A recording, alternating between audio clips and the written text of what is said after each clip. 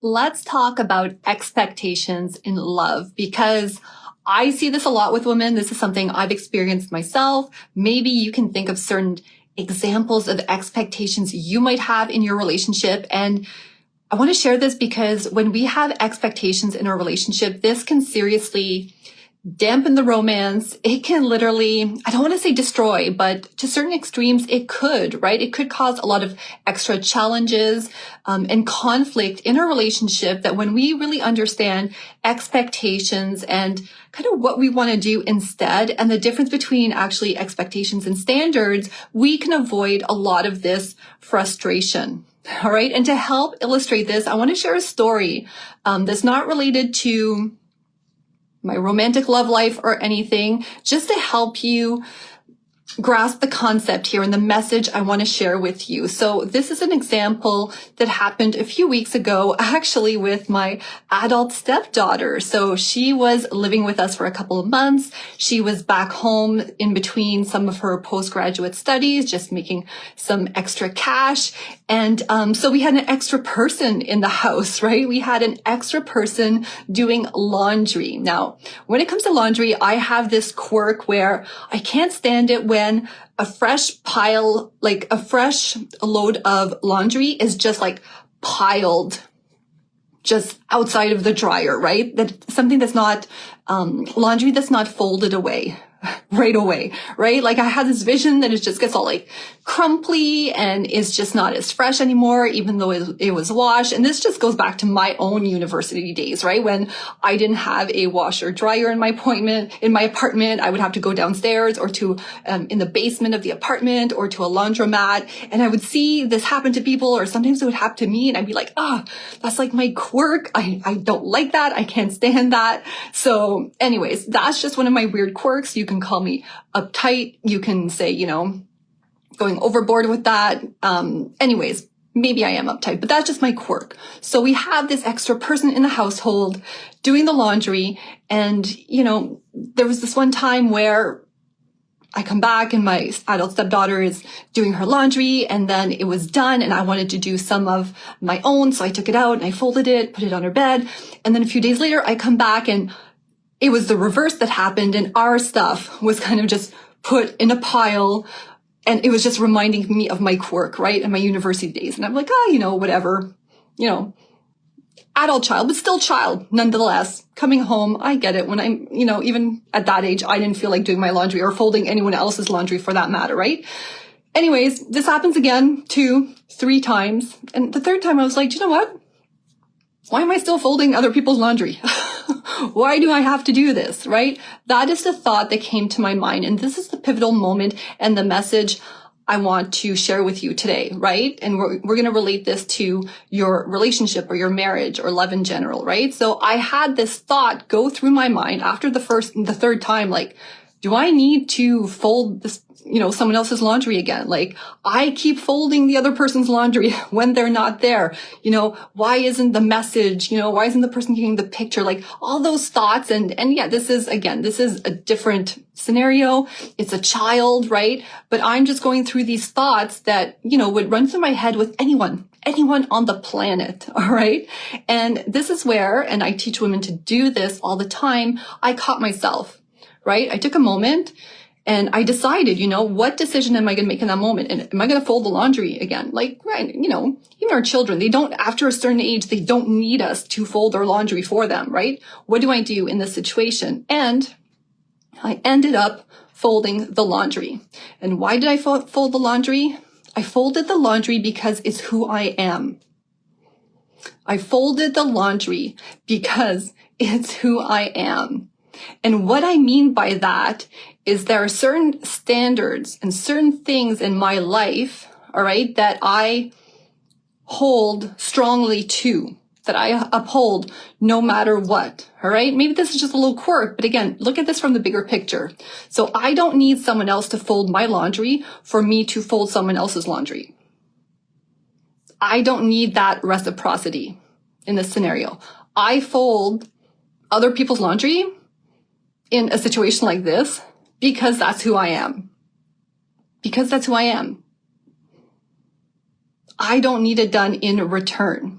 Now, obviously, there are bigger things at play here, right? I could communicate my feelings to the rest of the family, right? I could, better plan when I do the laundry so that when, stuff is done drying, I'm at home. In those scenarios, we weren't home, right?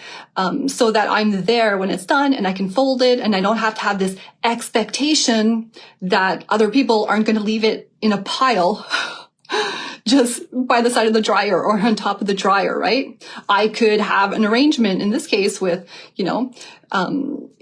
an arrangement. What times should we do laundry again, right? So that this situation doesn't happen again. But this is beyond the conversation here, right? The message I really want to share here is about who are you being when it comes to expectations, okay? And what are these expectations preventing you from being?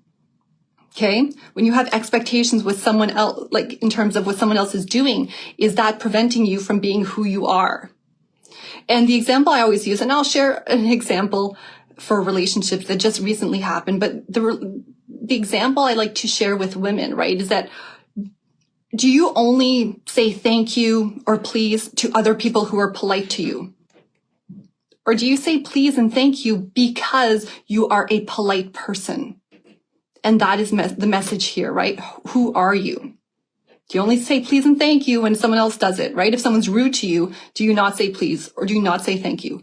Or do you do it anyways, regardless of your expectations, because that's who you are and you are a polite person, right? So the example I want to share here today, or the other one that's been coming up, so I was chatting in a group, there was a woman who was sharing about a conflict with her husband, and she was asking the group, right, what happens when, or how do you, I forget the exact words here, but how do you get your partner to acknowledge your point of view, your side of the story, or what you believe, right? So you can assume here she had an expectation that during a conflict, her partner would acknowledge her point of view, or in this case, apologize too. When we dug deeper, she was really looking for that acknowledgement and that apology. So I asked a few more questions. She was talking about this conflict that happened between her and her partner. And, he was really doubling down on his own point of view and he just wasn't seeing her point of view. And she was really desiring, that he would acknowledge it, or that he would apologize. And what she ended up doing is she ended up acknowledging and apologizing, which is great. That is great.